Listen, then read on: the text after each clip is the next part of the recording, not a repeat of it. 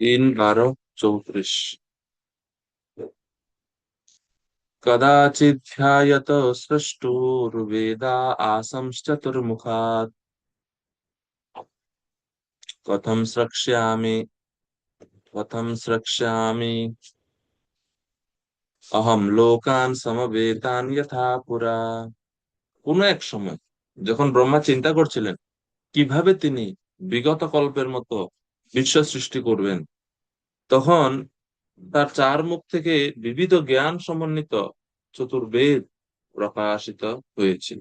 তো ব্রহ্মা চার মুখ থেকে চতুর্বেদ প্রকাশিত হচ্ছে। তাহলে চতুর্মুখের বা ব্রহ্মাজির থেকে চার বেদের উৎপত্তি। চার চার প্রকার বেদ ব্রহ্মার থেকে উৎপত্তি হচ্ছে এখানে বলা হচ্ছে। এখন ব্রহ্মাজির মস্তক চারটি, চারটি মস্তক, সে কারণে চার মস্তক থেকে চারটা বেদ প্রকটিত হবে। এই হচ্ছে চতুর্বেদ।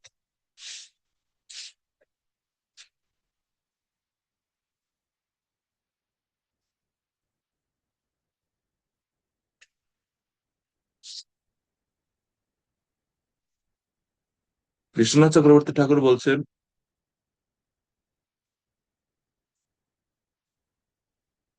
তেজিয়াসাম ন দোষায় বহনে সর্বভুজো যথা।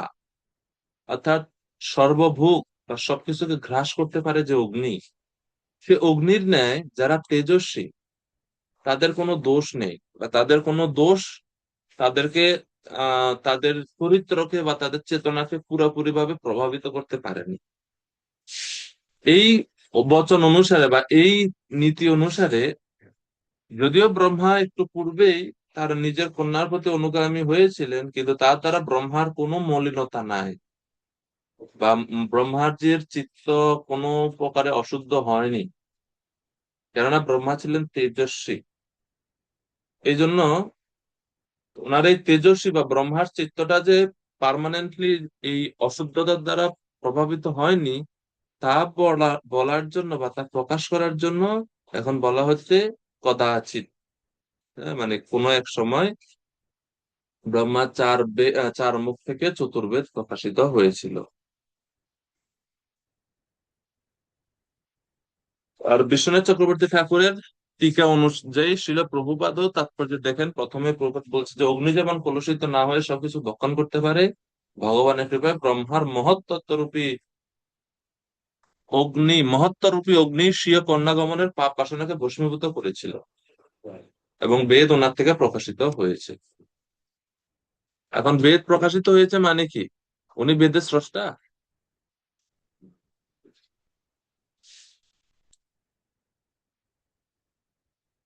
ভগবান হচ্ছে বেদের উৎপত্তি, ভগবান থেকে বেদ প্রকাশিত হয়েছে।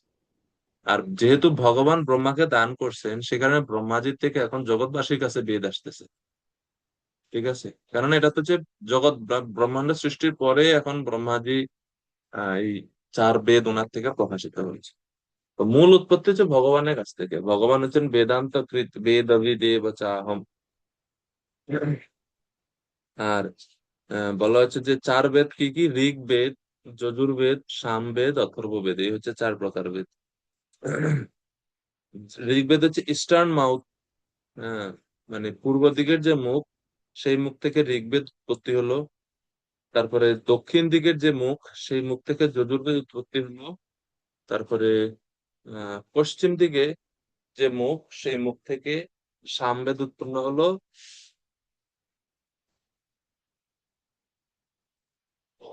এবং উত্তর দিকের যে মুখ, সেই মুখ থেকে অথর্ববেদ উৎপত্তি হলো। এই হচ্ছে চার প্রকার বেদের। চারটা মুখ থেকে, চার মুখ না, চারদিকে চার মুখ, পূর্ব পশ্চিম উত্তর দক্ষিণ, তো এই চারদিকে চার মুখ থেকে চারটি বেদ প্রকাশিত হলো। শ্রীল প্রভুপাদ তাৎপর্য বলছেন, ব্রহ্মা তার ভগবত ভক্তির বলে বলিয়ান, এবং ঘটনাচক্রে ভক্ত যদি কখনো ভগবত ভক্তির মহান মার্গতে কথোপকৃত হন, তাহলে ভগবান সর্বদাই তার ভক্তকে ক্ষমা করতে প্রস্তুত থাকেন। সপাদমূলম ভজতা প্রিয়স্য त्यक्त्वन्यभावस्य हरि परेश विकर्म यच्चुत्पतितं कथञ्चित् धुनोति सर्वं हृदि सन्निविष्टः। এই হচ্ছে প্রমাণ যে বিকর্ম ইয়চ্ছুৎ পতিতম কথঞ্চিত, কথঞ্চিত কোনো কারণে অ্যাক্সিডেন্টালি যদি ভক্তের মধ্যে, ভক্তের হৃদয়ে ঘটনাক্রমে কোনো পাপ সংগঠিত হয়ে যায় বা কোনো ভুল কিছু যদি ভক্ত করে বসে, ভগবান কি করেন? ধুনতি সর্বম হৃদয় সন্নিবিষ্ট, ভগবান সেই ভক্তের হৃদয়ে অবস্থান করেন, এবং যে ভক্ত ভগবানের প্রেমময় সেবায় যুক্ত আছে তার হৃদয়ের সমস্ত যে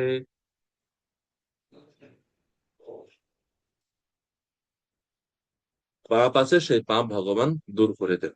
তো ব্রহ্মাজি যেহেতু ভগবানের একজন প্রিয় ভক্ত, তিনি আহ এই চিন্তা করলেন, খারাপ চিন্তা করলেন, কিন্তু ভগবানের কৃপায় এখন তিনি আবার শুদ্ধ হয়ে গেলেন। তো এটা ওনার আচরণ, আমরা গত ক্লাসে আলোচনা করছি যে এটা, এই আচরণটা শুধুমাত্র তিনি আমাদের শিক্ষা দেওয়ার জন্যই করছেন, আমরা এইভাবেই নিব। আর এক্সট্রা কোনো ব্যাখ্যা বিশ্লেষণ আমরা যাব না। এরপরে তাহলে চার বেদের সৃষ্টি হলো। এরপরে 38 নম্বর, সরি, পরে পরে এগুলো বর্ণনা করা হবে কোন কোন বেদের কি কি আছে। 35 নম্বর শ্লোকে অগ্নিহোত্র যজ্ঞের চার প্রকার উপকরণ: যজমান, মন্ত্র গায়ক, হোতা, অগ্নি এবং উপবেদের নির্দেশ অনুসারে সম্পাদিত কর্ম প্রকাশিত হয়েছিল। তারপর ধর্মের চারটি সত্য, ধর্মের চারটি যে স্তম্ভ বা সত্য, সত্য, তপ, দয়া এবং শৌচ, এবং চার বর্ণের কর্তব্য সবকিছুই প্রকাশিত হয়েছিল। অর্থাৎ ব্রহ্মাজির থেকে এই সমস্ত কিছু এখন প্রকাশিত হচ্ছে ধীরে ধীরে। তো চার বেদে অগ্নিহোত্র যজ্ঞ, যজ্ঞের জন্য চারটা জিনিস দরকার: যজমান দরকার, যজমানকে বলা হয় পুরোহিত বলা হয়, হোতা, অগ্নি এবং কর্ম। আর ধর্মের চারটা তত্ত্ব, চার বর্ণের কর্তব্য সব ব্রহ্মাজির থেকে এখন প্রকাশিত হচ্ছে। 37 নম্বর শ্লোক। এখন বিদুর জিজ্ঞেস করছেন, বিদুরের প্রশ্ন, सा वै विश्वसृजामीशो वेदादीन् मुखतः यद् यद् येनासृजत् देवं तन्मे ब्रूहि तपोधन। তো এখন বিদুষী জিজ্ঞেস করছে, আপনি এত শর্টকাট বলতেছেন কেন? আপনি একটু বিস্তারিত বলুন। কিভাবে বিস্তারিত বলছে যে, দয়া করে আপনি আমার কাছে বিশ্লেষণ করুন কিভাবে এবং কার সাহায্যে ব্রহ্মা তার মুখনিসৃত বৈদিক জ্ঞান প্রতিষ্ঠা করেছিলেন। এ আহ মৈত্র ঋষি, আপনি হচ্ছেন তপোধন, তপস্যা হচ্ছে আপনার একমাত্র ধন। আপনি বলুন, একটু বর্ণনা করুন। তো মৈত্র ঋষি এখন বর্ণনা করে বলছেন। মৈত্র ঋষি মৈত্রীয় বাচ 37 নম্বর শ্লোকে মৈত্র ঋষি এখন বলছেন, ঋগ যজু সামথর্বাখ্যান বেদান পূর্বাদিভির্মুখৈ শাস্ত্রমিদ্যম স্তুতি স্তোমম প্রায়শ্চিত্যম ব্যধাক্রমাৎ। ব্রহ্মার পূর্বাদি মুখ থেকে যথাক্রমে ঋগ, যজু, সাম ও অথর্ব এই চারটি বেদ প্রকাশিত হয়। তারপর পূর্বে অনুচ্চারিত বৈদিক মন্ত্র ইজ্জা ও অতিস্তোমের প্রতিপাদ্য বিষয় প্রায়শ্চিত্ত ক্রমান্বয়ে প্রতিষ্ঠা হয়েছিল। তো এগুলো বেদের বিভিন্ন বিষয় সমূহ এখানে বর্ণনা করা হচ্ছে। পূর্বের শ্লোকে যে বলা হলো না যে ব্রহ্মাজির থেকে যজমান, হোতা, অগ্নি, উপবেদ এসব আসছে, তো বিশ্বনাথ চক্রবর্তী ঠাকুর বলছেন চতুহোত্র। চতুহোত্র কি কি? শস্ত্র, ইজ্জা, শ্রুতিস্তোম এবং প্রায়শ্চিত্ত। যথাক্রমে হচ্ছে হোতা প্রবৃত্তির কর্ম, মানে হোতার কাজ হচ্ছে এই চারটা। শস্ত্র কি? শস্ত্র হচ্ছে যে সমস্ত মন্ত্র গান করা হয় না, এমন মন্ত্র, এমন মন্ত্রকে বলা হয় স্তোত্র, শস্ত্র, সরি শস্ত্র। ইজ্জা হচ্ছে, ইজ্জা বলতে যজ্ঞ। স্তুতি স্তোম বলতে যে সমস্ত মন্ত্রসমূহ সঙ্গীতের আকারে গাওয়া হয় সেগুলোকে বলা হয় স্তুতি স্তোম। আর এগুলো যজ্ঞের সময় ব্যবহৃত হয়। এই সমস্ত জিনিসই ব্রহ্মাজির থেকে উৎপত্তি হলো। আর প্রায়শ্চিত্ত হচ্ছে যদি যজ্ঞ করতে গিয়ে কোনো কিছু কর্ম ভুল হয়ে যায়, তাহলে সেই ভুল থেকে মুক্তির জন্য যে বিধি, সেটাকে বলা হয় প্রায়শ্চিত্ত। আমরা সচরাচর প্রায়শ্চিত্ত জানি কি যে কোনো পাপ করলাম, সে পাপ থেকে মুক্তির জন্য একটা বিশেষ বিধি, সেটাকে আমরা প্রায়শ্চিত্ত বলি, অ্যাপয়েন্টমেন্ট। তো যজ্ঞ করতে গেলেও যদি কোনো মন্ত্র ভুল হয়ে যায় বা কোনো বিধি আগে করা ছিল পরে করতে ভুলে গেছে, তার জন্য প্রায়শ্চিত্ত করতে হয় ভুল হলে। তো এইসব বিষয় ব্রহ্মাজির থেকে উৎপত্তি হলো। 38 নম্বর শ্লোক। আয়ুর্বেদম ধনুর্বেদম গান্ধর্বম বেদমাত্মনঃ স্থাপত্যম চ সৃজদ বেদম ক্রমাৎ পূর্বাদিবির মুখে। তিনি চিকিৎসা বিজ্ঞান, যুদ্ধ কলা, সঙ্গীত কলা ও স্থাপত্য বিজ্ঞান এই সমস্ত বেদ থেকে রচনা করেছিলেন। এগুলি তার পূর্ব মুখ থেকে শুরু করে একে একে প্রকাশিত হয়েছিল। তো এইসব বর্তমান যুগে যা কিছু জ্ঞান আছে সমস্ত জ্ঞানেরই উৎস হচ্ছে বেদ। বেদের মধ্যে সকল কিছু রয়েছে। সে কারণে আরো বিস্তারিত করছেন আয়ুর্বেদ, ধনুর্বেদ, গন্ধর্ব বেদ। গন্ধর্ব বেদ মানে হচ্ছে সঙ্গীত বিদ্যা। যারা গন্ধর্ব তারা গান এক্সপার্ট, খুব ভালো সঙ্গীতজ্ঞ তারা। তো গন্ধর্ব বিদ্যা মানে হচ্ছে গান শেখা। এই গানের সম্বন্ধে বা সঙ্গীত বিদ্যা সম্বন্ধে, সঙ্গীত কলা সম্বন্ধেও আমাদের বেদ থেকেই সবকিছু আসছে। তো এগুলো হচ্ছে উপবেদও বলা হয় এগুলোকে। এই যে গন্ধর্ব, ধনুর্বিদ, এগুলাকে উপবেদও বলা হয়ে থাকে।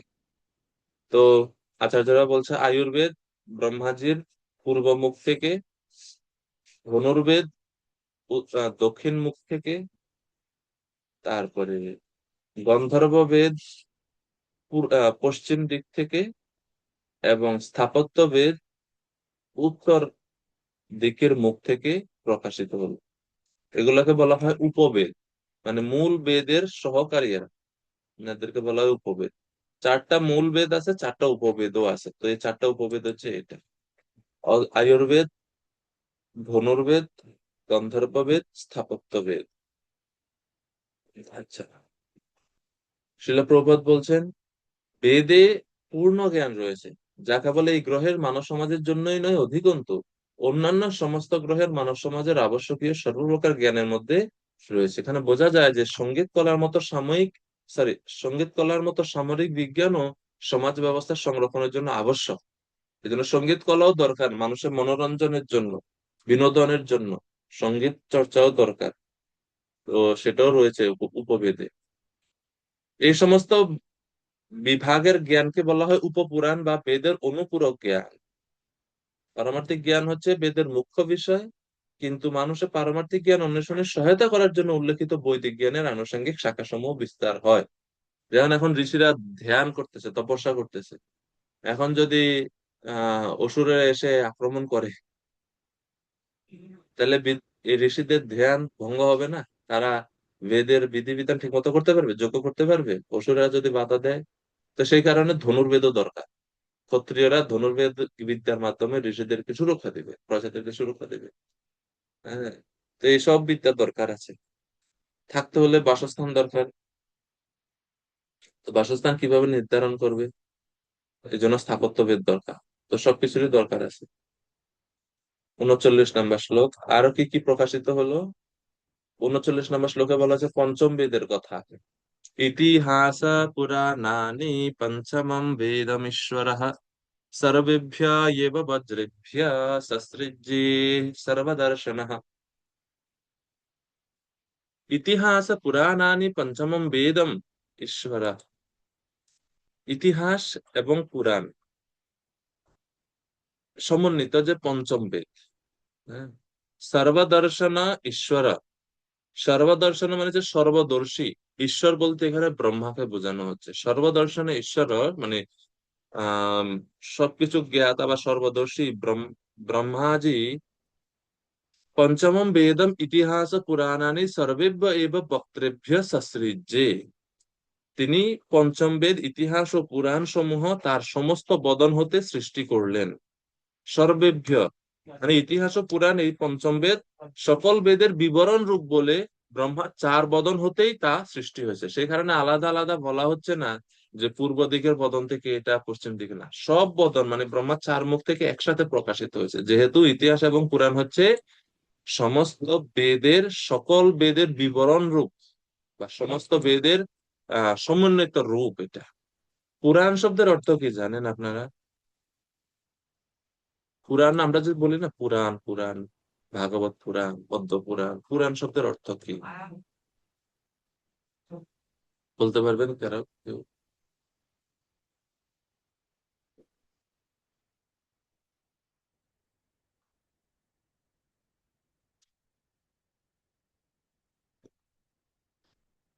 কারো ধারণা আছে?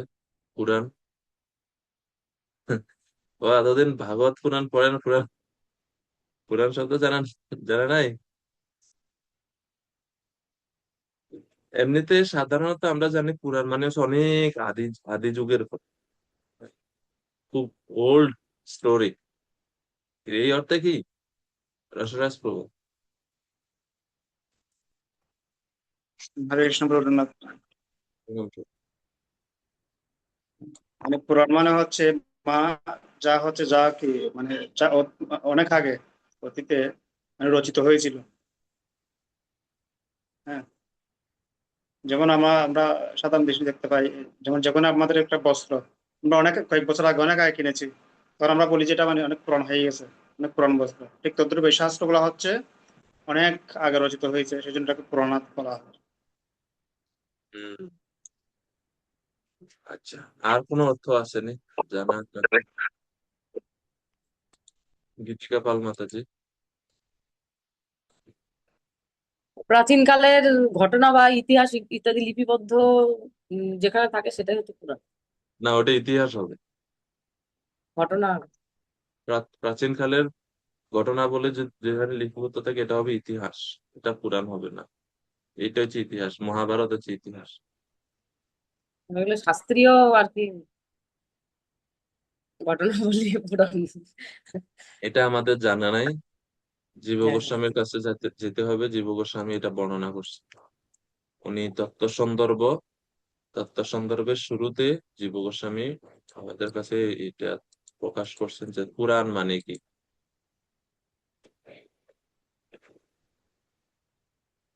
তিনি বলছেন পুরয়তে ইতি পুরাণ।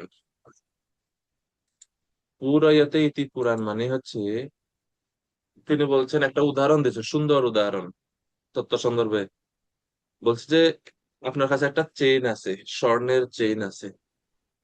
স্বর্ণের চেইন যদি আপনি গলায় ধারণ করতে হয়, ধারণ করতে পারবেন হুক ছাড়া?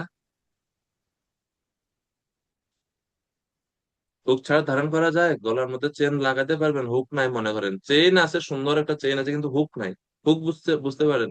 লকটা আর কি, যেটা দিয়ে দুই সাইড লাগানো হয়, এই যে এস এর মতো থাকে যে বাঁকা করে যে, এটা নাই। এটা ছাড়া কি পরিপূর্ণতা প্রাপ্ত হবে চেইনটা? না। তো বলছে বেদ হচ্ছে এরকম একটা চেইন যেটা পরিপূর্ণতা প্রাপ্ত হয় না, বা পরিপূর্ণতার অভাব আছে এই চেইনের মধ্যে বা এই বেদের মধ্যে। তো এই বেদকে পরিপূর্ণতার জন্য, পরিপূর্ণতা প্রদানের জন্য কি দরকার? একটা হুক দরকার বা একটা লক দরকার। সেই লকটা হচ্ছে পুরাণ। এই জন্য বলছে পুরাইয়াতে ইতি পুরাণ, এটা হচ্ছে পুরাণের অর্থ। এবং মহাভারতেও বলা হচ্ছে ইতিহাস পুরাণাভ্যম বেদম সমুপ ব্রহ্মিয়ত ব্রহ্মীত। One should clarify the meaning of Vedas by the Itihas and Puranas. মহাভারতে 1-1-267 শ্লোকে আছে এটা, যে একজনের উচিত, একজন ব্যক্তির উচিত বেদ এবং ইতিহাস, বেদের অর্থকে ইতিহাস এবং পুরাণের সাহায্য নিয়ে বেদের অর্থকে স্পষ্টভাবে বোঝার চেষ্টা করা। তাইলে বেদের অর্থ পরিপূর্ণতা প্রাপ্ত হয় না যতক্ষণ না পর্যন্ত ইতিহাস এবং পুরাণের সাহায্য নেওয়া হচ্ছে।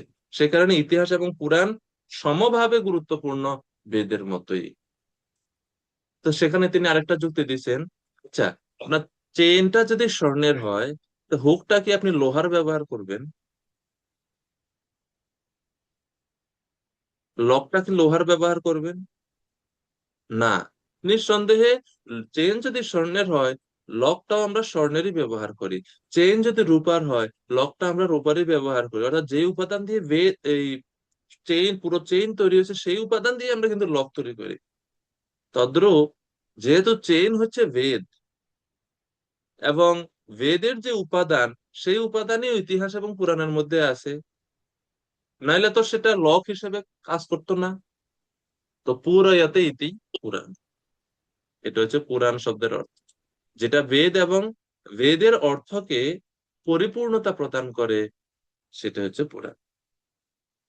एवं वा औरस्य महतो भूतस्य निश्वसितम् एतद् यत् ऋग्वेदो यजुर्वेद सामवेद अथर्वाङ्गिरस ইতিহাসः পুরাণম। বৃহদারণ্যক উপনিষদে 2:4-10 বলা হচ্ছে, ভগবান শ্রী বিষ্ণুর বা ভগবান শ্রীকৃষ্ণের ভূতস্য নিঃশ্বাসিত, মহত ভূতস্য মানে পরমেশ্বর ভগবানের নিঃশ্বাসিতম, নিঃশ্বাস থেকে, ব্রিদিং থেকে কিছু জিনিস প্রকাশিত হয়েছে।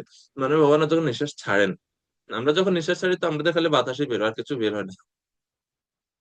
কিন্তু ভগবানের নিঃশ্বাসের মাধ্যমে বের হলো কি কি বের হলো, এ তাদ ইয়াত ঋগ্বেদ যজুর্বেদ সামবেদ অথর্ব, এই চার বেদ ভগবানের নিঃশ্বাস থেকে প্রকাশিত। শেষ কি না, আরো রয়েছে ইতিহাস পুরাণম, ইতিহাস এবং পুরাণও একই সাথে সিরিয়ালে ভগবানের নিঃশ্বাস থেকে প্রকাশিত হয়েছে বলে শ্রুতি শাস্ত্র প্রকাশ বলছে। বৃহদারণ্যক উপনিষদ এটা তো শ্রুতি শাস্ত্র। তো এটা বলার অর্থ হচ্ছে, অনেকে বলে আমরা স্মৃতিকে অত প্রাধান্য দেই না, আমরা শ্রুতি শাস্ত্র খালি মানি। শ্রুতি খালি মানে ওনার, স্মৃতি মানে না। আচ্ছা, ইতিহাস পুরাণ এটাও তো শ্রুতির মধ্যেই, কেননা পঞ্চম বেদ বলা হলো। তো পঞ্চম বেদ শাস্ত্র কেন বলছে, যদি এটা শ্রুতির সমপর্যায়ে যুক্ত না হতো? সে কারণে শাস্ত্রের এই ভাগগুলোকে বর্জন করার কোনো সুযোগ নাই, কোনো সম্ভাবনা আমাদের কাছে নাই। হ্যাঁ, তো এই হচ্ছে এই পুরাণের অর্থ।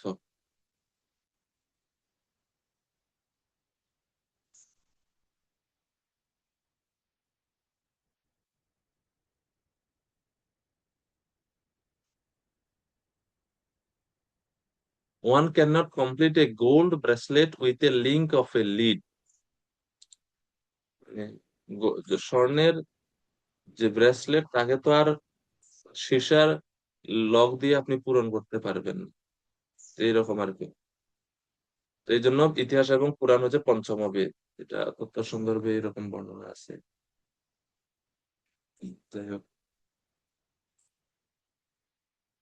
তাহলে ইতিহাসের মধ্যে হচ্ছে মহাভারত এবং রামায়ণ, এই দুইটা হচ্ছে ইতিহাস। এগুলো বেদের মতোই। আর পুরাণ আমরা জানি 18টা পুরাণ আছে, এগুলো এখন ব্রহ্মার কাছ থেকে প্রকাশিত হচ্ছে। 40 নম্বর শ্লোক, মধ্বাচার্য বলছেন, ইতিহাস পুরাণে তু শ্রুত্বা হরিমুখাৎ স্বয়ং ভারতাদিন বিনা পশ্চাৎ হরিণান্যশ্চ নির্মিতান।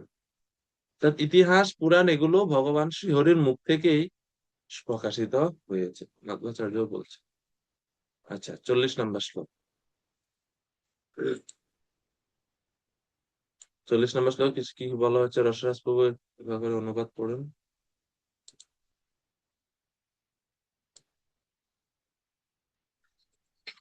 হরে কৃষ্ণ। হরে কৃষ্ণ প্রভু।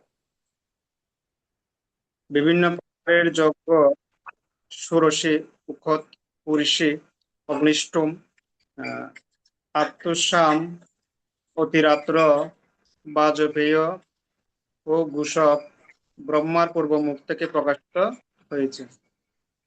হরে কৃষ্ণ। হরে কৃষ্ণ প্রভু।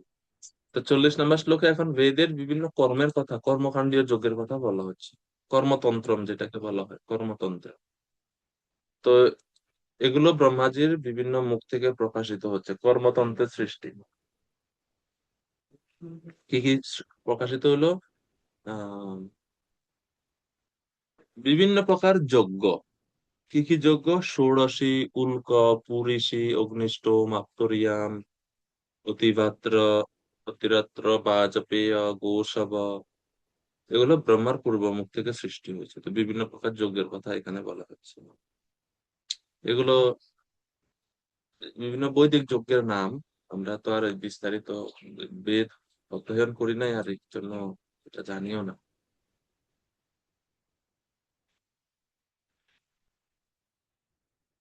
তো আচার্যগণ বলছেন যে ষোড়শী এবং উক্ত, ষোড়শী এবং উক্ত এটা ব্রহ্মার পূর্ব মুখ থেকে প্রকাশিত হয়েছে। পুরেশী, পুরেশী মানে হচ্ছে প্রিপারেশন অফ ফায়ার, মানে যজ্ঞের যে অগ্নি, অগ্নিটাকে প্রস্তুত করাকে বলা হয় পুরীষী কর্ম। এবং অগ্নিষ্টম এটা হচ্ছে যজ্ঞের নাম। তো পুরীষী এবং অগ্নিষ্টম এটা ব্রহ্মার সাউথ বা দক্ষিণ মুখ থেকে প্রকাশিত হয়েছিল। তারপরে আপ্তরিয়াম এবং অতিরাত্র এই যজ্ঞগুলো ব্রহ্মার পশ্চিম মুখ থেকে প্রকাশিত হয়েছে। আর বাজপেয় এবং গৌষভ যজ্ঞ ব্রহ্মাজির উত্তর দিকের মুখ থেকে প্রকাশিত হয়েছে।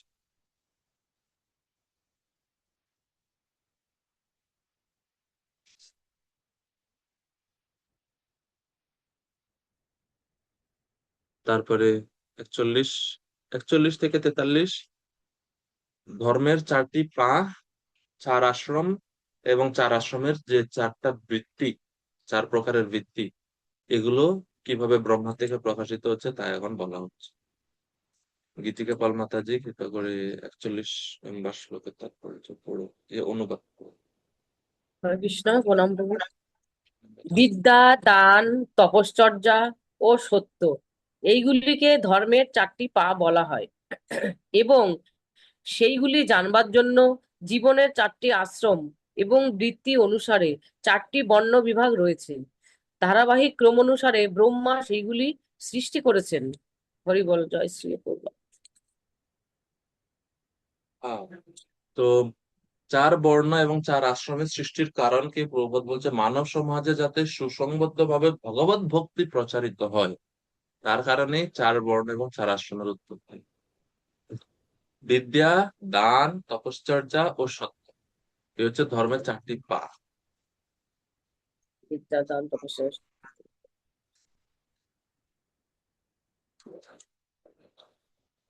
এবং সেগুলো জানার জন্য 4 আশ্রম এবং 4টি বৃত্তি অনুসারে 4 বর্ণ বিভাগ রয়েছে।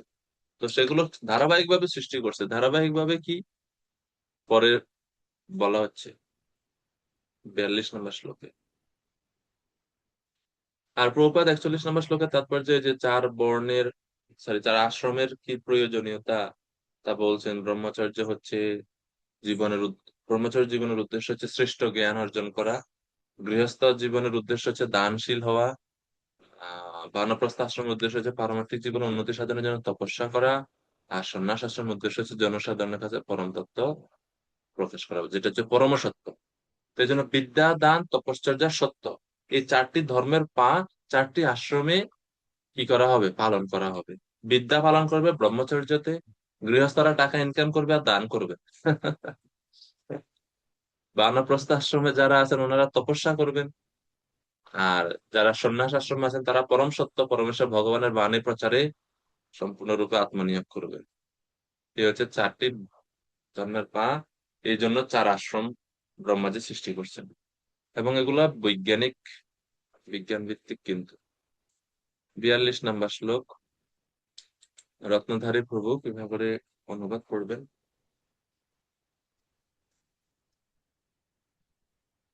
হরে কৃষ্ণ।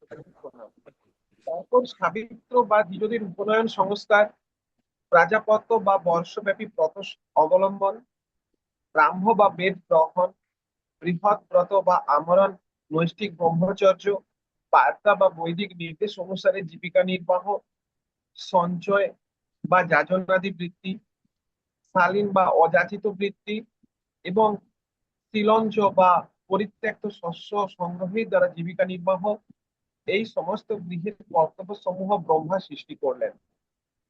হরে কৃষ্ণ, বহু প্রণাম। প্রণাম প্রভু। আচ্ছা, এখন আমার এই আগের শ্লোক থেকে প্রশ্ন আছে আপনাদের কাছে 41 নম্বর শ্লোকের উপর ভিত্তি করে।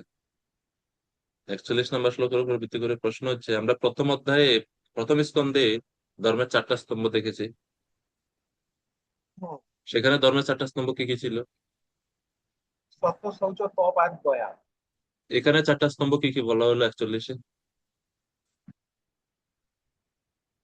বিদ্যা ভিন্ন দান হইলো না, তপশ্চর্যা।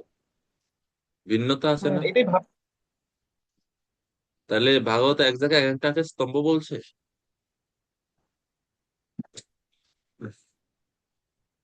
আগে ওখানে বলছে এই চারটা স্তম্ভ, এখন এখানে বলছে এই চারটা স্তম্ভ, তাইলে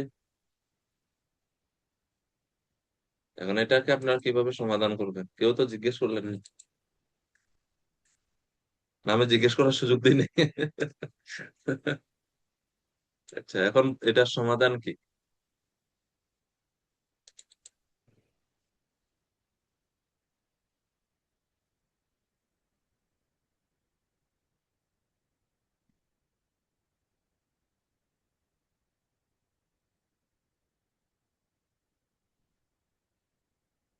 সমাধান কি হবে?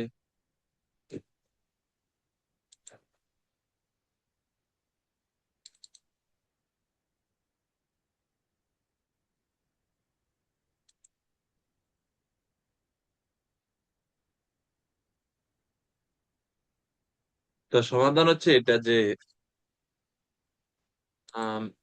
there is no incongruity in Srimad Bhagavatam or in Veda. বেদে বা শ্রীমদ ভাগবতে কোনো অসামঞ্জস্যতা নাই।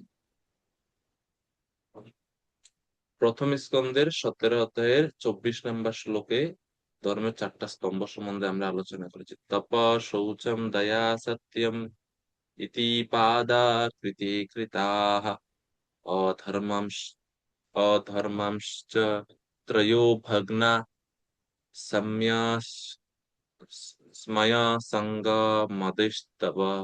1:17-24 আমরা এটা পড়লাম। সেখানে আমরা দেখছি তপ, শৌচ, দয়া, সত্য। আর এখানে দেখতেছি বিদ্যা, দানম, তপ, সত্যম। তা দুইটা মিলতেছে, তপস্যা মিলতেছে, সত্য মিলতেছে। ঝামেলা লাগছে দুই জায়গাতে, শৌচ এবং দয়া মিলে না, ঠিক না? তা শৌচ এবং দয়া 1:17-24 আছে, আর এখানে 41 নম্বর শ্লোকে আছে বিদ্যা, দানম, তপসত্য। অর্থাৎ এখানে হচ্ছে বিদ্যা দিছে আর দানম দিছে, যে ওইখানে আছে শৌচ এবং দয়া। তো এই দুইটার সঙ্গে এখন ঝামেলা লাগছে। তো এখন কি করণীয়? তা আমাদের আচার্যগণ আমাদেরকে সাহায্য করছে।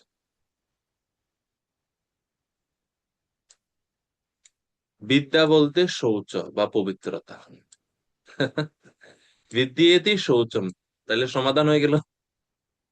এই শ্লোকে যেটা বিদ্যা সেটা হচ্ছে শৌচ। যারা বিদ্যা নাই, জ্ঞান নাই, তারাই অশৌচ জীবনযাপন করে। তো বিশ্বনাথ চক্রবর্তী ঠাকুর বলছেন বিদ্যেতি শৌচম ক্ষেত্রজ্ঞস্য ঈশ্বর জ্ঞানাৎ বিশুদ্ধ পরমাম মতয়েতি স্মৃতি। স্মৃতি শাস্ত্রে বলা আছে ক্ষেত্রজ্ঞ ঈশ্বরের জ্ঞান হতে পবিত্রতা, পরম পবিত্রতা লাভ হয়ে থাকে, বা জীব যখন ঈশ্বর সম্বন্ধীয় জ্ঞান লাভ করে তখন সে পবিত্র হয়। তাইলে এই জন্য বিদ্যাকে তিনি কিসের সঙ্গে তুলনা করছেন? শৌচের সঙ্গে তুলনা করছেন। তাইলে একটা সন্দেহ দূর হলো, ওই প্রথম শ্লোক প্রথম স্কন্ধের যে অর্থ এখানের সঙ্গে মিলছে। অর্থাৎ প্রথম স্কন্ধে বলা হচ্ছে শৌচম, তাকে এখানে প্রতিশব্দ ব্যবহার করেছে বিদ্যা। বিদ্যাই মানে হচ্ছে শৌচতা, এবং প্রমাণও তিনি দিচ্ছেন যে কিভাবে বিদ্যা শৌচতা আন্দাজে কইলে হইলো না, আন্দাজে না, তিনি প্রমাণ করছেন যে পরমেশ্বর ভগবান সম্বন্ধে বিদ্যা বা জ্ঞানের ফলে জীব শৌচতা বা পবিত্রতা লাভ করে। ক্ষেত্রজ্ঞ ঈশ্বরস্য জ্ঞানাৎ, সরি, ক্ষেত্রজ্ঞস্য ঈশ্বর জ্ঞানাৎ বিশুদ্ধি পরমামত, পরম বিশুদ্ধ লাভ, পরম বিশুদ্ধ হয়ে যায় জীব। আচ্ছা, এখন পরে আরেকটা সে দান এবং দয়া নিয়ে। আচ্ছা, কে দান করতে পারে বলেন তো? দান কে করে? কিপটা মানুষ দান করে? না, যার হৃদয়ে দয়া আছে সেই তো দান করে, নাকি? তাহলে দান এবং দয়ার সঙ্গে মিলছে না। আমার যদি দয়া না থাকে হৃদয়ে, আমি দান করব? কখনো করব না। জোর জবরদস্তি করেও আমার কাছ থেকে কেউ দান নিতে পারবে না। আমরা রথযাত্রার সময় বা বিভিন্ন ফেস্টিভ্যালে যাই, কিছু কিছু মানুষ আছে 5 তলা বিল্ডিং এর মালিক, গেলে ওই 100 টাকা। অত কষ্ট করে যে 5 তলায় উঠলাম, এর টাকাটাও, এই কষ্টটাও আমাদের ব্যক্তি একটু কেয়ার করে না, যে এত কষ্ট করে উঠছে 5 তলায়, 5 তলায় 500 টাকা দিই অ্যাটলিস্ট ভগবানের জন্য। তো দান করে তারাই যাদের মধ্যে দয়া আছে, দয়া না থাকলে দান করতে পারে না। তো এই জন্য বলছে দয়া বলতে দান।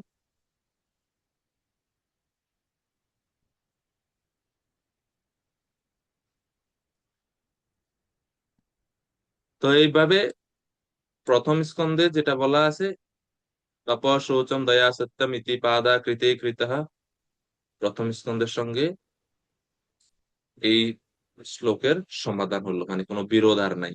এই জন্য বলছে দেয়ার ইজ নো ইনকনগ্রিভিটি ইন শাস্ত্র। ওইখানে ওটা বলছে পরীক্ষিত মহারাজ, প্রথম স্কন্ধে 17 অধ্যায়ে। আর এখানে বলছেন মৈত্র ঋষি। তো দুইজনের কথার মধ্যে কোনো পার্থক্য রইল না আর। আচ্ছা, সমাধান হলো এখন 42 নম্বর শ্লোক।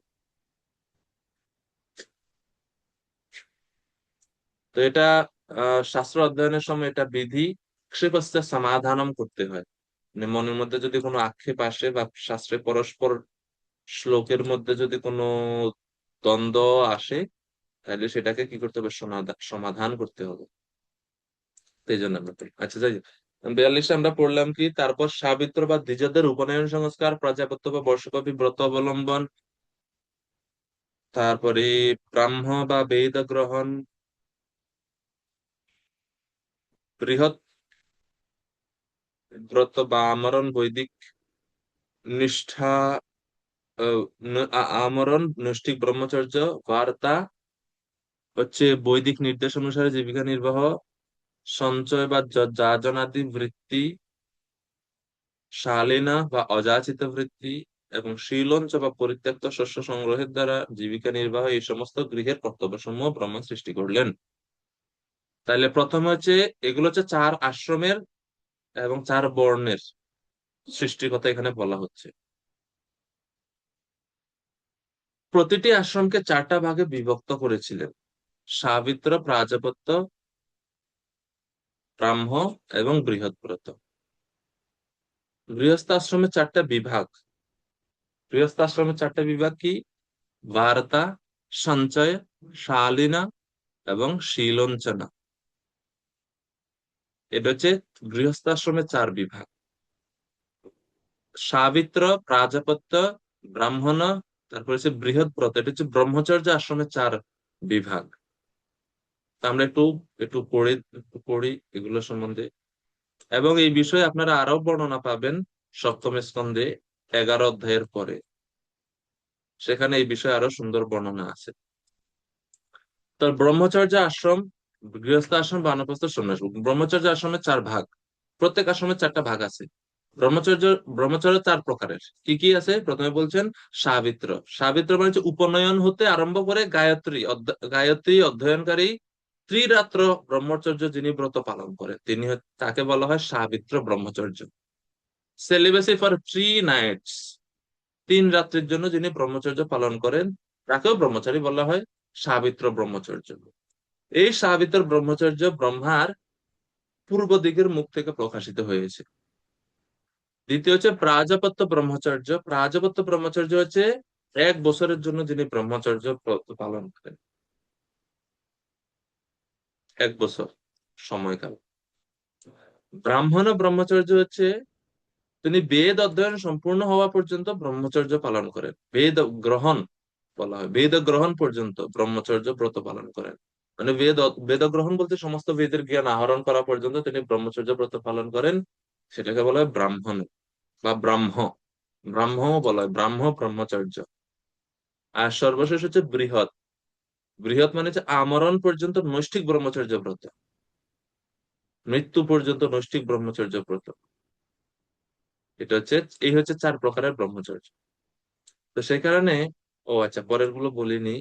প্রাজাপত্য ব্রহ্মচর্য দক্ষিণ মুখ থেকে প্রকাশিত হয়েছে। ব্রাহ্ম ব্রহ্মচর্য পশ্চিম মুখ থেকে প্রকাশিত হয়েছে। বৃহৎ ব্রহ্মচর্য ব্রহ্মার উত্তর দিকের মুখ থেকে প্রকাশিত হয়েছে। এই হচ্ছে ব্রহ্মচর্যের 4 প্রকার, 4 প্রকার ব্রহ্মচর্য আশ্রমের কথা। আচ্ছা, এরপর হচ্ছে গৃহস্থ আশ্রম 4 প্রকার: বার্তা, সঞ্চয়, শালীন, শীলঞ্চন। কি কি এটা একটু আমরা বুঝি। বার্তা মানে কি, শীলঞ্চন মানে কি, সঞ্চয় মানে কি, আর শালীন মানে কি?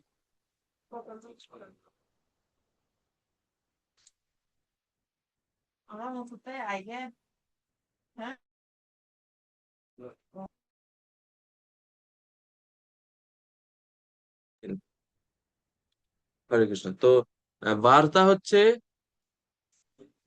যেই সমস্ত কর্তব্য বা পেশা নিষিদ্ধ নয়, যেরকম কৃষিকাজ, গৃহস্থ এটা করতে পারে না, অনুমোদন আছে গৃহস্থদের। তো সেই সমস্ত মানে নিষিদ্ধ নয় এরকম অকুপেশন বা এরকম পেশাতে যুক্ত থেকে জীবিকা নির্বাহ যিনি করেন সেই গৃহস্থকে বলা হয় বার্তা। এটা ব্রহ্মার পূর্ব মুখ থেকে প্রকাশিত হয়েছে। 2 হচ্ছে সঞ্চয় প্রকার। সঞ্চয় মানে হচ্ছে পারফর্মিং স্যাক্রিফাইসেস, যজ্ঞ করে জীবিকা নির্বাহ করে। যাজন প্রবৃত্তি মানে যে গৃহস্থের বৃত্তি বা পেশা হচ্ছে যাজন, যজ্ঞ করা, অন্নপ্রাশন, এই সেগুলো হচ্ছে ওই গৃহস্থের বৃত্তি। তাকে বলা হয়, কি বলা হয়, সঞ্চয়। সঞ্চয়। 3 নাম্বার হচ্ছে শালীনা। শালীনা মানে তিনি কোনো কিছু করেন না, ভিক্ষাও করেন না, অযাচিত ভাবে যদি কেউ কিছু দেয় সেটা তিনি গ্রহণ করেন এবং এইভাবে জীবন ধারণ করেন। তো মোটামুটি গৃহস্থরা এরকম করলে তো স্ত্রী পুত্র ওনারা ভাগে ওনারা ছেড়ে চলে যাবে। এটা এটা এখন দেখা যায় না। সঞ্চয় আছে কিছু কিছু জায়গাতে, কিছু কিছু ভক্তরা যাজন বৃত্তি করে জীবিকা নির্বাহ করেন, ভক্তদের মধ্যে দেখা যায়। এবং বার্তাও আছে এখন দেখা যায়, কিন্তু শালীনা দেখা যায় না। শালীন গৃহস্থ, যে গার্হস্থ, তো এই শালীন বৃত্তিটা আসছে ব্রহ্মাজির পশ্চিম মুখ থেকে, সঞ্চয় আসছে দক্ষিণ মুখ থেকে, শালীন হচ্ছে পশ্চিম মুখ থেকে। আর হচ্ছে শীলঞ্চনা। শীলঞ্চনা মানে কি? শীলঞ্চনা মানে হচ্ছে কৃষিকাজ করে, মানে কৃষকেরা যখন ফসল, যখন ধান ধান পেকে যায় বা যে কোনো ফসল যখন পেকে যায়, পেকে যাওয়ার পরে কি করে, কাটে না, ফসল কেটে নিয়ে যায়। যখন ফসল ধান যখন খুব বেশি পেকে যায়, কাটতে গেলে কিছু কিছু ধান পড়ে যায় বা কেটে রাখা হচ্ছে, টিভিতে রাখা হচ্ছে, তোলা হচ্ছে। এবার রাখা তোলার ফলে কিছু ধান ক্ষেতের মধ্যে পড়ে থাকে। দেখছেন আপনারা এখন কৃষিকাজ যারা করেন মাঠের মধ্যে দেখছেন নিশ্চয়ই। ছোটবেলায় আমরা এরকম করতাম। ছোটবেলায় তো এই যে ক্ষেতে যে ধানগুলো যেগুলো পড়ে থাকে, এগুলো তো আর কৃষকে নেয় না, কে আবার মাটি থেকে এগুলো উঠাবে? অল্প কিছু ধান পড়ে থাকে, এখানে একটু এখানে একটু এরকম পড়ে থাকে, তো এগুলো ফেলেই রাখে। তো যারা ওই ফসলে খেতে বা আহ ক্ষেতের মধ্যে পড়ে থাকা শস্য সংগ্রহ করে এবং তার দ্বারা জীবিকা নির্বাহ করে, সেটাকে বলা হয় শীলঞ্চ। পরিত্যক্ত শস্য সংগ্রহের দ্বারা জীবিকা নির্বাহন করে। এটা আসছে ব্রহ্মাজির পশ্চিম মুখ থেকে, শীলঞ্চ বৃত্তি। পরের শ্লোকে হচ্ছে বানপ্রস্থ এবং সন্ন্যাস আশ্রমের 4 প্রকার বিভাগের কথা বলা হচ্ছে।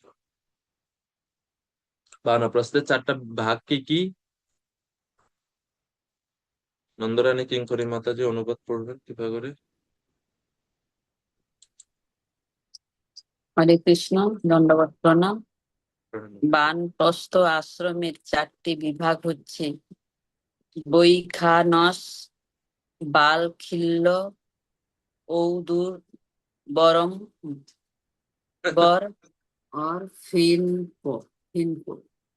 সন্ন্যাস আশ্রমে 4টি বিভাগ হচ্ছে কুটিচক, বহুদক, হংস ও নিষ্ক্রিয়। এইগুলি ব্রহ্মার থেকে প্রকাশিত হয়েছে। নামগুলা বড় কঠিন কঠিন নাম। ঔদুম্বর ফেনক। যখন এই সংস্কৃতের বা এই যেরকম নামগুলো পড়বেন, তখন সব অক্ষরগুলো উচ্চারণ করবেন। যেরকম বৈখা নস পড়ছেন না, শব্দটা হবে বৈখা নসা। বালখিল্য, বালখিল্য না বালখিল্য। ঔদম্বর, হেনাপা, এরকম ভাবে পড়বেন, তাই এটা ঠিক হবে। বসন্তটা দিয়া করবে। মানে অক্ষরগুলা সব পুরাপুরি পড়া হবে, কোন বাংলার মতো কোনোটা অর্ধেক অর্ধেক পড়বো না এটা, কেননা নামগুলা তো সব সংস্কৃতের, তো সেই কারণে। আচ্ছা, এখন এখন এই কারা এনারা?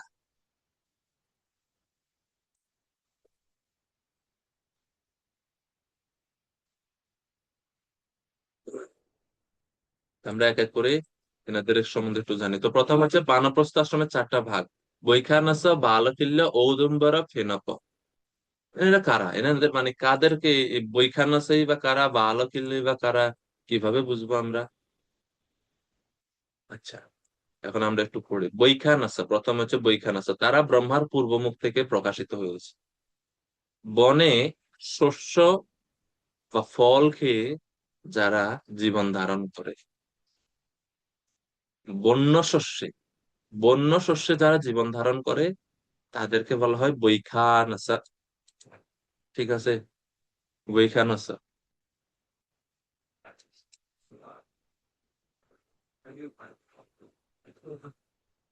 বিশ্বনাথ চক্রবর্তী ঠাকুর বলছেন, যাদের মূল আদি দ্বারা জীবিকা নির্বাহ হয় তারা হচ্ছে বৈখানসা। মূল আদি মানে বুঝতে পারছেন, ওই ফল, বনের ফল মূল কন্দ ইত্যাদি খেয়ে যারা জীবন ধারণ করে তাদেরকে বলা হয় বৈখানসা। তারা এই বৈখানসা ব্রহ্মাজির মুখ, পূর্ব মুখ থেকে এই বৃত্তিটা আসছে।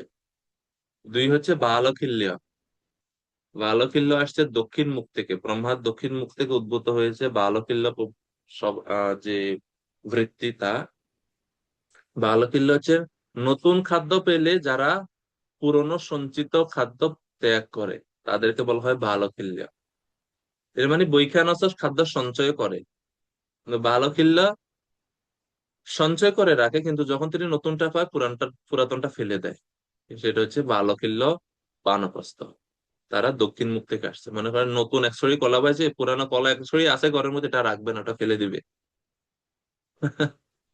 কারণ আশ্রমের বানপ্রস্থ আশ্রমের তো মূল উদ্দেশ্য তো হচ্ছে মানে সম্পূর্ণরূপে কৃষ্ণ নির্ভর না, বা সম্পূর্ণ ধীরে ধীরে ধাপে ধাপে ধাপে ধাপে কৃষ্ণের উপর নির্ভর করে থাকা, বৈরাগ্য। এই জন্য আমরা যখন ব্রহ্মচর্য বুঝি, আমরা বুঝি যে সারা জীবনের জন্য, কিন্তু ব্রহ্মচর্যের আরো তিনটা ভেদও আছে বা তো প্রকারও আছে, যেটা আমরা সচরাচর আলোচনা করি না। ওই যে প্রথমে যেটা পড়লাম আমরা, যে সাবিত্র, প্রাজাপত্য, ব্রাহ্ম এবং নৈষ্ঠিক। তো এর বাকি প্রথম তিন শ্রেণী এনাদেরকেও ব্রহ্মচর্য বলা হচ্ছে কিছুদিনের জন্য তারা। তো সাধারণত ব্রহ্মচর্য বলতে যারা নৈষ্ঠিক ব্রত বা সারা জীবনের জন্য আমরণ। তো তো বানপ্রস্থের মধ্যে এই চার প্রকার আছে, এবং এই চার প্রকার এনাদের সবাই বানপ্রস্থে। তো তিন নম্বর হচ্ছে ঔদুম্বর। ঔদুম্বর দের জীবন স্টাইল আরো একটু অদ্ভুত। সকালে ঘুম থেকে উঠবে, উঠে যেই দিকে প্রথম দৃষ্টিপাত করে সেই দিক থেকে তিনি হাঁটা ধরবে, সেই দিকে হাঁটা ধরবে। সেই দিক থেকে যে সমস্ত ফল বা মূল আদি যা কিছু উনি পাবেন তা দ্বারা জীবিকা নির্বাহ করবেন। ইনি হচ্ছেন ঔদুম্বর। সকালে উঠে যেই দিকে দৃষ্টিপাত করেন সেই দিকে উনি হাঁটা ধরবেন। হাঁটতে হাঁটতে যা পান তা দিয়ে জীবন ধারণ করবেন, অন্যদিকে যাবে না। ঘুম থেকে উঠে যদি পূর্ব দিক, তো পূর্ব দিকে হাঁটবে, কারণ ও পূর্ব দিকে গিয়ে যদি কিছু না পায় পশ্চিম দিকে আর যাবে না। ওই দিন, পরের দিন, পরের দিন উঠে যদি আবার সে পূর্ব দিকে থাকে মুখ, তো পূর্ব দিকে যাবে। এরকম কঠিন তাদের জীবন। ঔদুম্বর তারা এই এই এই বৃত্তিটা আসছে পশ্চিম মুখ থেকে, ব্রহ্মার পশ্চিম মুখ থেকে। সর্বশেষ হচ্ছে ফেনক, চতুর্থ যেটা, সেটা হচ্ছে ফেনক। ফেনক হচ্ছে স্বাভাবিকভাবে মাটিতে পড়ে থাকা শস্য বা ফল খেয়ে জীবন ধারণ করেন। মানে ওনারা পারবে না গাছ থেকে, কারো কাছ থেকে ভিক্ষাও করবে না, কোনো বাড়ি ঘর থেকে। গাছ থেকে পড়ছে যে ফল বা যে শস্য মাটিতে, সেই মাটিতে পড়ে থাকা শস্য বা ফল খেয়ে জীবন ধারণ করবে, তাদেরকে বলা হয় ফেনক। ফেনক স্বয়ং পতিত ফলাদির দ্বারা জীবন ধারণকারী।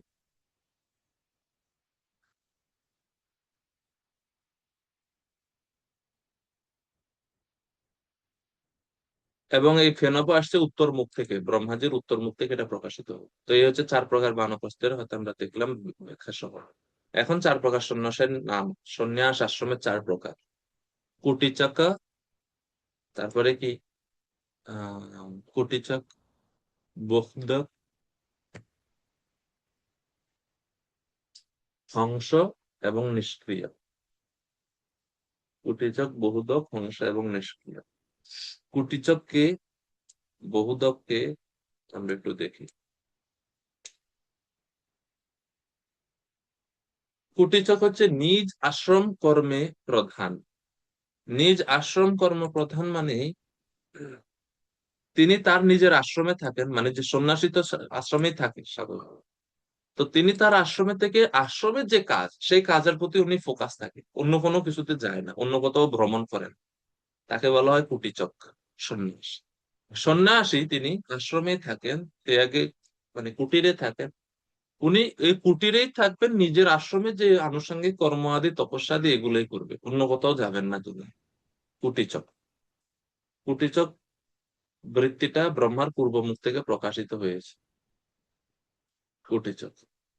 দুই হচ্ছে বহুদ। বহুদ কি বা বহুদকে, বহুদা হচ্ছে তিনি সমস্ত প্রকার কর্ম ত্যাগ করে শুধুমাত্র জ্ঞানের দিকে মনোনিবেশ করে, কোনো কর্মটর্ম কিছু করে না, সবসময় জ্ঞান ও চর্চাতে থাকে। এটাকে বলা হয় বহুদা। এবং এটা দক্ষিণ মুখ থেকে প্রকাশিত হয়েছে ব্রহ্মার।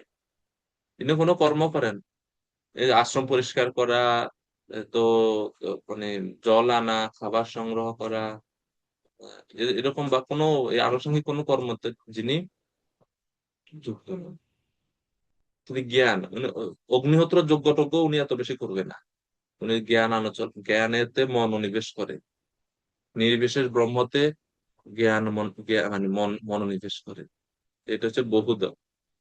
তিন নাম্বার হচ্ছে হংস। হংস হচ্ছে জ্ঞানে তিনি এখন সুপ্রতিষ্ঠিত।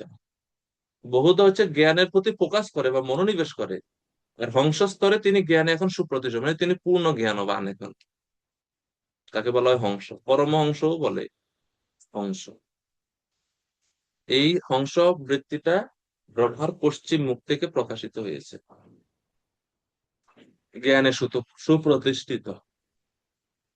আর সর্বশেষ হচ্ছে নিষ্ক্রিয়। নিষ্ক্রিয় মানে তিনি এখন আত্মজ্ঞান লাভ করেছেন বা আত্ম উপলব্ধি লাভ করেছেন। হংস হচ্ছে জ্ঞানের সুপ্রতিষ্ঠিত, কিন্তু উপলব্ধি এখনো বাকি হচ্ছে ওনার। আর নিষ্ক্রিয় যিনি, তিনি আত্ম উপলব্ধি করেছেন সম্পূর্ণরূপে। উনি এই ব্যক্তিটা উত্তর মুখ থেকে, ব্রহ্মার উত্তর মুখ থেকে প্রকাশিত হয়েছে। তো এই হচ্ছে সন্ন্যাস আশ্রমের চারটা ভাগ, চার ভাগ। প্রভুপাদ গীতায় বলছেন চতুর্বর্ণ মায়া সিস্টেম, ভগবানের কাছ থেকে এই সব বর্ণ আশ্রম প্রকাশিত হচ্ছে। ভগবান কাছ থেকে আসছে, এখন ব্রহ্মাজি এগুলোকে প্রকাশ করছেন না। শ্লোক নাম্বার 44। হৃদয়নাথ প্রভু।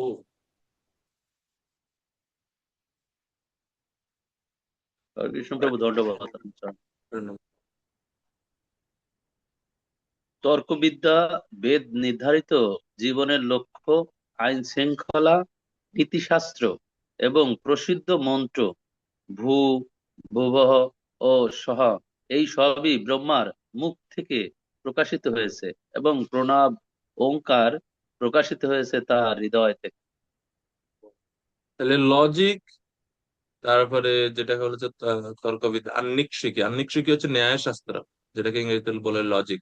ন্যায়শাস্ত্র, ধর্ম অর্থ কাম, ধর্ম অর্থ মোক্ষ, যেটাকে বলা হচ্ছে ত্রয়ী। ধর্ম অর্থ মোক্ষ ত্রয়ী। তারপরে যে আইন, তারপরে হচ্ছে দণ্ড, নীতি, এগুলো ব্রহ্মাজির চার মুখ থেকে প্রকাশিত হয়েছে। সেখানে আবার ভাগ করা হচ্ছে না, চার মুখ থেকে প্রকাশিত হয়েছে। আহ তারপরে ভুব, স্ব এন্ড দেয়ার কম্বিনেশন। যে এই যে গায়ত্রী মন্ত্রের যে বীজ, এগুলো ভুব, স্ব, এসব ব্রহ্মার মুখ থেকে প্রকাশিত হয়েছে। আর প্রণবটা ওনার হৃদয় থেকে প্রকাশিত হয়েছে, প্রণব, ওমকার, যেটা আমরা বলে থাকি ওমকার। তারপরে 45 থেকে 46, 45-46 এই দুইটা শ্লোকে বৈদিক ছন্দ সমূহের কথা বলা হচ্ছে। বৈদিক ছন্দ সমূহ ব্রহ্মাজির অঙ্গ থেকে প্রকাশিত হলো। কৃপা করে পড়ুন প্রভু।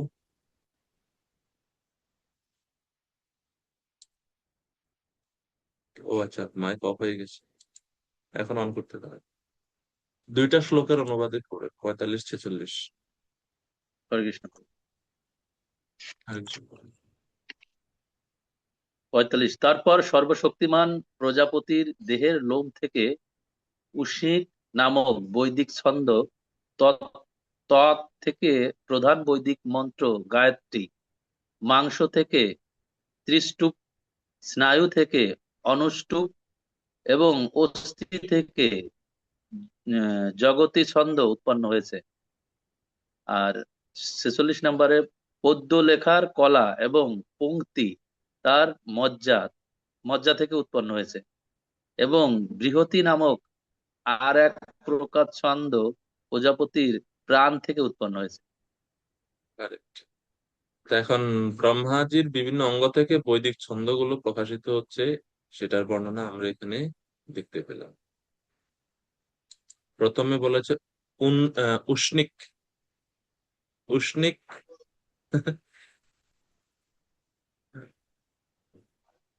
ছন্দ। উষ্ণিক ছন্দ, কারেক্ট। উষ্ণিক ছন্দ আসছে কোথা থেকে? শরীরের যে লোম থেকে।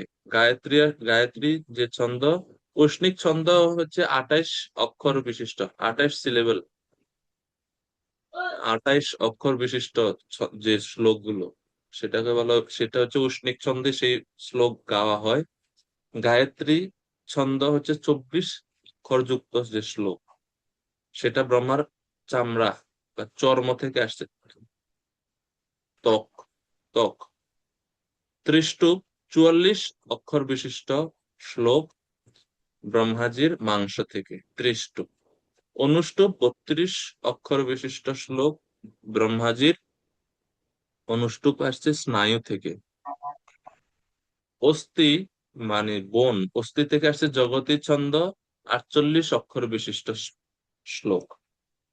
তারপরে হচ্ছে পরে 46 নম্বর শ্লোক আছে পদ্ম লেখার কলা বা পংক্তি। পদ্ম কিভাবে লিখতে হয় তার যে একটা আর্ট, এটাকে বলা হয় পংক্তি। পদ্ম মানে পদ্ম ছন্দে, ছন্দও বলা হয়। এটাতে হচ্ছে 40 অক্ষর বিশিষ্ট। এইগুলো, এই পংক্তিগুলো হচ্ছে 40 অক্ষর বিশিষ্ট। এটা আসছে অস্থি মজ্জা থেকে ব্রহ্মাজির। আর বৃহতি ছন্দ 36 অক্ষর বিশিষ্ট, সেটা আসছে ব্রহ্মাজির প্রাণ থেকে। তো এইভাবে বিভিন্ন ছন্দ বিভিন্ন অঙ্গ থেকে আসছে, এবং তার অক্ষর, কোনটার অক্ষর, ছন্দগুলো ভিন্নতা প্রাপ্ত হয় অক্ষরের কারণে। কারেক্ট। যেমন অনুষ্টুপ আমরা জানি, ধর্মক্ষেত্রে কুরুক্ষেত্রে সমবেতাযুৎসব, কিন্তু সব শ্লোকের ছন্দ তো একরকম না। তো যেগুলো অনুষ্টুপ, এগুলো হচ্ছে অনুষ্টুপ। কেমনে চিনবেন আপনি? শ্লোক দেখে তো 2 লাইন দেখলে তার অনুষ্টুপ হয় না, 2 লাইনে অন্যান্য ছন্দেও হয়। ঠিক আছে, তো এই কারণে 32 অক্ষর গুণে দেখতে হবে, 32 অক্ষর হয়নি। হ্যাঁ, আমরা যখন বলি না 16 নাম 32 অক্ষর, হরে কৃষ্ণ মহামন্ত্র, হরে কৃষ্ণ মহামন্ত্র অনুষ্টুপ ছন্দে রচিত, এই জন্য বলি আমরা 32 অক্ষর। অনুষ্টুপ ছন্দ যত শ্লোক থাকবে সব শ্লোকে 32 অক্ষর থাকবে। আপনি ধর্মক্ষেত্রে শ্লোক গণেন, 32টা অক্ষর পাবেন। ধর্মক্ষেত্রে কুরুক্ষেত্রে সমবেতায়ুৎসব মামকা পাণ্ডবশ্চৈব কিম অকুর্বত সঞ্জয়। 32। তো এরকম। আর বাদ বাকিগুলার আমার তো ছন্দ জানা নাই সবগুলা। 47 নম্বর শ্লোকে শব্দ ব্রহ্ম কিভাবে আসছে, শব্দ ব্রহ্মের উৎপত্তি কিভাবে হলো, সেগুলো এখন বর্ণনা করা হচ্ছে। 47 নম্বর শ্লোক।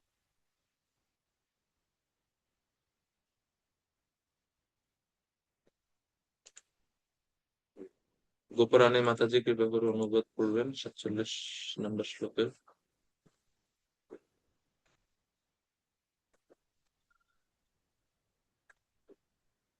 হরে কৃষ্ণ। ব্রহ্মার আত্মা থেকে স্পর্শবর্ণ, দেহ থেকে স্বরবর্ণ, ইন্দ্রিয় থেকে ঊষ্মবর্ণ, বল থেকে অন্তস্থবর্ণ এবং তার ইন্দ্রিয়ের কার্যকলাপ থেকে সঙ্গীতের সাতটি স্বর উদ্ভূত হয়েছে। প্রণাম প্রভু। প্রণাম মাতাজি। তো বর্ণ সকলের উৎপত্তি সম্বন্ধে বলছে। প্রথমে বলছে স্পর্শ। ব্রহ্মার আত্মা থেকে স্পর্শ বর্ণ আসছে। স্পর্শ বর্ণ কোনগুলো জানেননি আপনারা?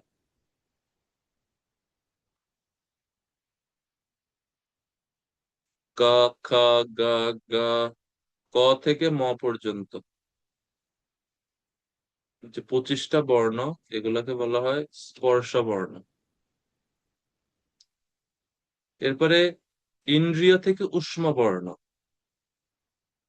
উষ্ম বর্ণ 4টি: স, স, স, হ। উষ্ম বর্ণ। তালব্য স, মূর্ধন্য স, দন্ত স এবং হ হচ্ছে উষ্ম বর্ণ।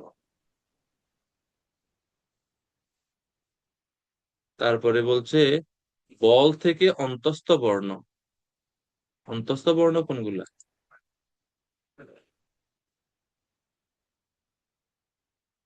অন্তস্থ বর্ণ 4টা। যেটা আমরা বলি যে জ, র, ল, ব, এই 4টা হচ্ছে অন্তস্থ বর্ণ। অন্তস্থ যেটা আমরা বাংলায় পড়ি, র, ল এবং ব, এই 4টা হচ্ছে বল থেকে প্রকাশিত হয়েছে, এগুলো হচ্ছে অন্তস্থ বর্ণ এগুলা। তারপরে ইন্দ্রিয়ের কার্যকলাপ থেকে সঙ্গীতের 7টি স্বর উদ্ভূত হয়েছে।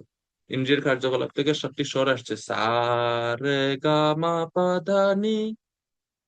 এই 7টা স্বর, যেটা যারা সঙ্গীত, হারমোনিয়াম শিখে, সঙ্গীত শিখে, তারা এগুলো শিখে। এই 7টা স্বর ব্রহ্মা থেকে আসছে, বেদের থেকে আসছে এগুলো।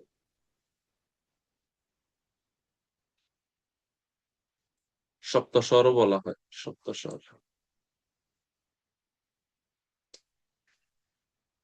এই সপ্তস্বরের সংক্ষিপ্ত রূপ এগুলো, এগুলোর পূর্ণ নাম আছে ষড়জ, ঋষভ, গান্ধার, মধ্যম, পঞ্চম, ধৈবত এবং নিষাদ। এই হচ্ছে 7টা স্বরের পুরা নাম।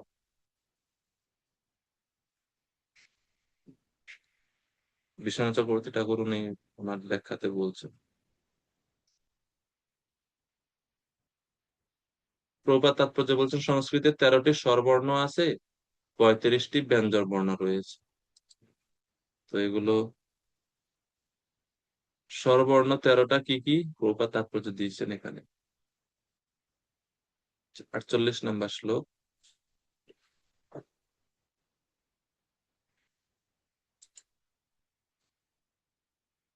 শব্দ ব্রহ্মের উৎসরূপে ব্রহ্মা পরমেশ্বর ভগবানের ব্যক্তিগত প্রতিনিধি, এবং তাই তিনি ব্যক্ত ও অব্যক্ত ধারণার অতীত। ব্রহ্মা হচ্ছেন পরম তত্ত্বের পূর্ণ প্রকাশ এবং তিনি বিবিধ শক্তি সমন্বিত। তো ব্রহ্মাজি হচ্ছে ভগবানের প্রতিনিধি এবং শব্দ ব্রহ্ম এই জন্য ওনার কাছ থেকে প্রকাশিত হয়েছে, কিন্তু মূলত ভগবানের কাছ থেকে এটা আসছে।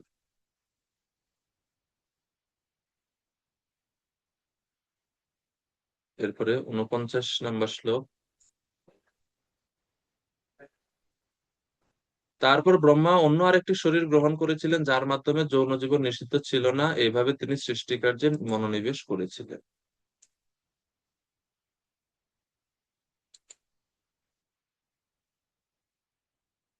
অর্থাৎ এইভাবে এখন আহ এইসব সৃষ্টির পরে তিনি এখন এই শরীর পরিত্যাগ করলেন, করে তিনি আরেকটা নতুন শরীর গ্রহণ করছেন, যে শরীরে যৌন জীবন নিষিদ্ধ ছিল না। এইভাবে এখন তিনি সৃষ্টিকার্যে যুক্ত হলেন। তো প্রভুপাদ বলছেন তারপর যে কেন এখন ব্রহ্মা সৃষ্টি দেহ পরিবর্তন করলেন। ব্রহ্মার পূর্ব শরীর ছিল দিব্য এবং যৌন জীবনের প্রতি তার কোনো তার আসক্তি নিষিদ্ধ ছিল, তাই তাকে যৌন জীবনের সঙ্গে সম্পর্কিত হওয়ার জন্য আরেকটি শরীর গ্রহণ করতে হয়েছিল। এইভাবে তিনি সৃষ্টিকার্যে প্রবৃত্ত হয়েছিলেন। পূর্বের বর্ণনা করা হয়েছে যে তার পূর্বের শরীরটি কুজ্জটকায় বা কুজ্জটিকায় বা ঘন কুয়াশায় পরিণত হয়েছিল। পূর্বের শরীর যেটা উনি আগে পরিত্যাগ করছেন।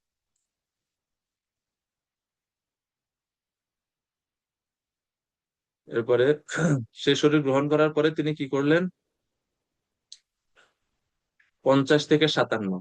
এখন এই অংশে বর্ণনা করা হচ্ছে স্বয়ম্ভুব মনু এবং শতরূপার উৎপত্তির কথা। স্বয়ম্ভুব এবং শতরূপার কিভাবে প্রকাশ হলো। 50 নম্বর শ্লোকে কৌরব ব্রহ্মা যখন দেখলেন যে মহাবীর্যবান ঋষিদের উপস্থিতি সত্ত্বেও জনসংখ্যা পর্যাপ্ত পরিমাণে বৃদ্ধি পেল না, তখন তিনি গভীরভাবে চিন্তা করতে শুরু করলেন কিভাবে জনসংখ্যা বৃদ্ধি করা যায়। তিনি চিন্তা করছেন যে আরে মরীচি আসছে, হ্যাঁ, নারদ চতুষ্কুমার এরা আসছে, এরা একটাও সৃষ্টি কার্য ঠিক মতো করছে না, সৃষ্টি বিস্তার হচ্ছে না। এখন তিনি চিন্তা করছেন কিভাবে আমি সৃষ্টি বিস্তার করতে পারি। 51 নম্বর শ্লোক। ব্রহ্মা যখন এভাবে মনে মনে ভাবলেন, আহা কি আশ্চর্য, আমি সর্বদা সৃষ্টিকার্যে ব্যাপৃত রয়েছি, তবু আমার প্রজাসমূহ বিস্তার লাভ করছে না। দৈব ছাড়া এই দুর্ভাগ্যের আর অন্য কোনো কারণ নেই। অন্তরে মানে নিজে নিজে ধিক্কার করছে না, আরে আমি এত চেষ্টা করতেছি কিন্তু জনসংখ্যা বাড়ছে না। তাই মনে হয় দুর্ভাগ্য আমার, দৈবই এর একমাত্র কারণ। দৈব মানে আমার ভাগ্য মনে হয় প্রতিকূলে এখন অনুকূলে নাই, সেই কারণে এরকম হচ্ছে। যখন এরকম চিন্তা করছেন তস্মি এবং এইভাবে যুক্ত কৃত তস্য দৈবম চ অবেক্ষতস্তদা তস্য রূপম অভুদ্বেধা ইয়ৎ কায়ম অভিচক্ষতে। তিনি যখন এভাবে চিন্তা করছেন এবং দৈব শক্তি নিরীক্ষণ করছিলেন, দৈব শক্তি নিরীক্ষণ করছিলেন মানে কি, তিনি ভগবানের অনুগ্রহকে কৃপা মানে প্রার্থনা করতেন, হে ভগবান আপনি কৃপা করেন। তো এটাই হচ্ছে দৈব শক্তিকে নিরীক্ষণ করা, মানে হচ্ছে ভগবানের দিকে তিনি দৃষ্টিপাত করেছেন, হে ভগবান আপনি কৃপা করেন, আমাকে শক্তি দেন বা সহযোগিতা করেন, আমি আপনার সৃষ্টি কার্য কিভাবে বিস্তার করতে পারি। তার ফলে তার দেহ থেকে দুইটা মূর্তি প্রকাশিত হয়েছে। এনারা ব্রহ্মার দেহ বলে এদেরকে বলা হয়ে থাকে, এনারা ব্রহ্মার দেহ বলে প্রসিদ্ধ। আহ, তো এই দুইজন যারা আসছেন ব্রহ্মার শরীর থেকে, এনারা হচ্ছে মনু এবং শতরূপা। অর্থাৎ বিশ্বনাথ চক্রবর্তী ঠাকুর বলছেন, যখন তিনি ভগবানের কৃপা আশীর্বাদ প্রার্থনা করছিলেন, তখন ব্রহ্মার এক রূপই দুই ভাগে বিভক্ত হলো। একটি রূপ যেটা হচ্ছে শুশ্রযুক্ত মানে দাড়ি যুক্ত বা গুল্ফ যুক্ত, আর অপরটি তো এটা হচ্ছে পুরুষ দেহ, আর একটা হচ্ছে স্ত্রী দেহ বৈশিষ্ট্য যুক্ত আরেকটা দেহ, সেটা হচ্ছে স্ত্রী দেহ। এই দুই দেহকে বা এই দুই রূপকে ব্রহ্মার কায় বলা হয়। কায় মানে কি, ক শব্দের অর্থ হচ্ছে ব্রহ্মা, এবং ব্রহ্মার সম্বন্ধে বা ব্রহ্মার থেকে উৎপত্তি, এই জন্য ওনাদেরকে বলা হয় কায়। ক শব্দের অর্থ হচ্ছে ব্রহ্মা, ব্রহ্মাকে ক বলা হয়। ক শব্দের ভূতপত্তি অর্থ, কায় শব্দের ভূতপত্তি অর্থ হচ্ছে ক ব্রহ্মা, অয় গমনার্থ, ই ধাতুযুক্ত, এই হচ্ছে কায়। অর্থাৎ যা ব্রহ্মা হতে গমন করে বা ব্রহ্মা হতে প্রকাশিত হয় সেটাই হচ্ছে কায়। তো এই জন্য মনু এবং শতরূপাকে ব্রহ্মার কায় বলা হয়। ঠিক আছে, আশা করি বুঝতে পারছেন, মনু শতরূপা হচ্ছে ব্রহ্মার কায়। এবং আরেকটা হচ্ছে এনারা কিন্তু, আমরা এমনিতে মা বাবার কাছ থেকে যদি ছেলে মেয়ে জন্মগ্রহণ, একই মা বাবার গর্ভে একটা ছেলে একটা মেয়ে হলো, আমরা তাদের সম্পর্ক বলি ভাই বোন। কিন্তু মনু এবং শতরূপা ভাই বোন না।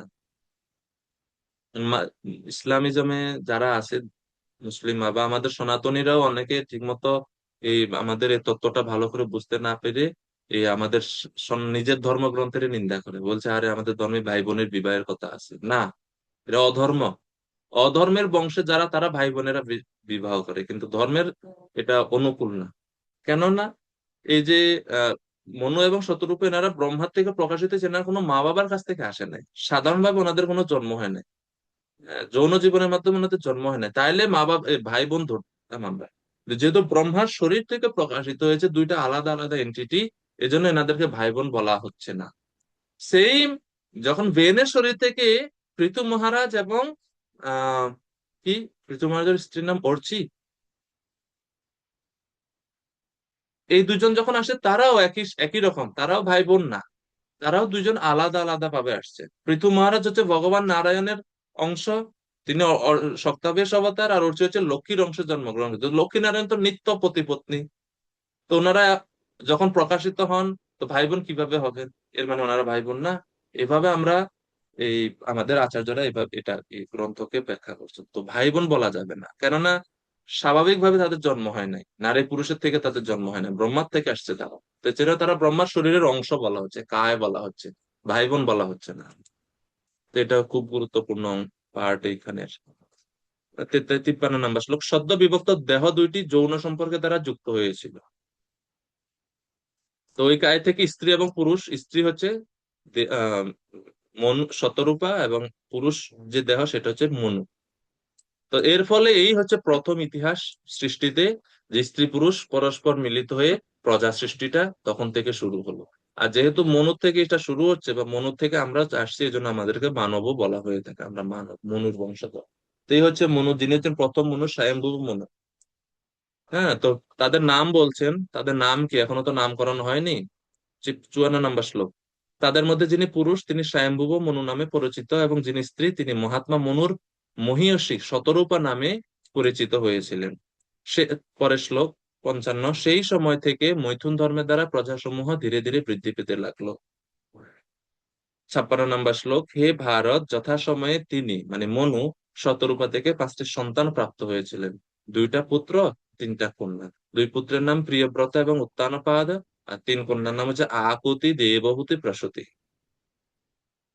57 নম্বর শ্লোক, পিতা মনু তার প্রথম কন্যা আকুতিকে রুচি নামক ঋষিকে দান করেন, মধ্যম কন্যা দেবহূতিকে কর্দম্য নামক ঋষিকে দান করেন, কনিষ্ঠ কন্যা প্রসূতিকে দক্ষের নিকট দান করেন। তাদের থেকে সমগ্র জগৎ জনসংখ্যায় পূর্ণ হয়েছে। তো বিশ্বের প্রজা সৃষ্টির ইতিহাস এখান থেকে শুরু হচ্ছে বলে বর্ণনা করা হচ্ছে। এখন আমরা ধীরে ধীরে এই যে মনুর যে বংশধর, এনাদের যে লীলা, মন্বন্তর কথাগুলো এখন আমরা দেখবো। দেবহূতি মাতার বংশ সম্বন্ধে দেখবো, আকুতির দেখবো, প্রসূতি দেখবো, উত্তানপাদের দেখবেন। উত্তানপাদের বর্ণনা করতে গিয়ে প্রিয়ব্রতের বর্ণনা আসবে একবারে 5ম স্কন্ধে, 3য় স্কন্ধেও না, 4র্থ স্কন্ধে আসবে উত্তানপাদের কথা। উত্তানপাদের পুত্র ধ্রুব, তো এই বর্ণনা 4র্থ স্কন্ধে আসবে। ধ্রুবের তারপরে প্রাচীন পরিষদ, পৃথু, এগুলা সব আসবে 4র্থ স্কন্ধে। 3য় স্কন্ধে সবাই কন্যাদের কথাই এখন বর্ণনা হবে। তো এই হচ্ছে, এখানে মূলত ওই দেবহূতি মাতার বর্ণনা করতে গিয়েই পুরো 3য় স্কন্ধের অনেক অংশ চলে যাবে। জনসংখ্যার এইভাবে উৎপত্তি হলো। ব্রহ্ম হচ্ছে সকলের পিতামহ, পরমেশ্বর ভগবান ব্রহ্মার পিতা হওয়ার ফলে সমস্ত জগতের প্রপিতামহ হচ্ছে ভগবান। গীতায় ভগবান বলছেন, পিতাহমস্য জগত মাতা ধাতা পিতামহ। তারপরে 11 অধ্যায় 39 নম্বর শ্লোকে বলছে, বায়ুর মহো অগ্নি বরুণ শশাঙ্ক প্রজাপতিস্তু প্রপিতামহশ্চ নমো নমস্তস্তু সহস্র কৃত্বা পুনশ্চ ভূয়োপি নমো নমস্তে। তো ওই যে অর্জুন ভগবানের কাছে এই বিশ্বরূপ দেখে এরকম স্তুতি করছে, আপনি বায়ু, আপনি ধর্মরাজ, অগ্নি, বরুণ, সকলের আদি প্রভু, আপনি আপনি চন্দ্র, আপনি হচ্ছেন প্রপিতামহ, তাই আমি বারবার আপনাকে আমার সশ্রদ্ধ প্রণতি নিবেদন করি। ইতি শ্রীমদ্ ভাগবতের 3য় স্কন্ধের কুমার ও অন্যান্যদের সৃষ্টি নামক 12 অধ্যায়ের ভক্তি বেদান্ত তাৎপর্য। হরে কৃষ্ণ কৃষ্ণ কৃষ্ণ কৃষ্ণ হরে হরে, হরে রাম রাম রাম।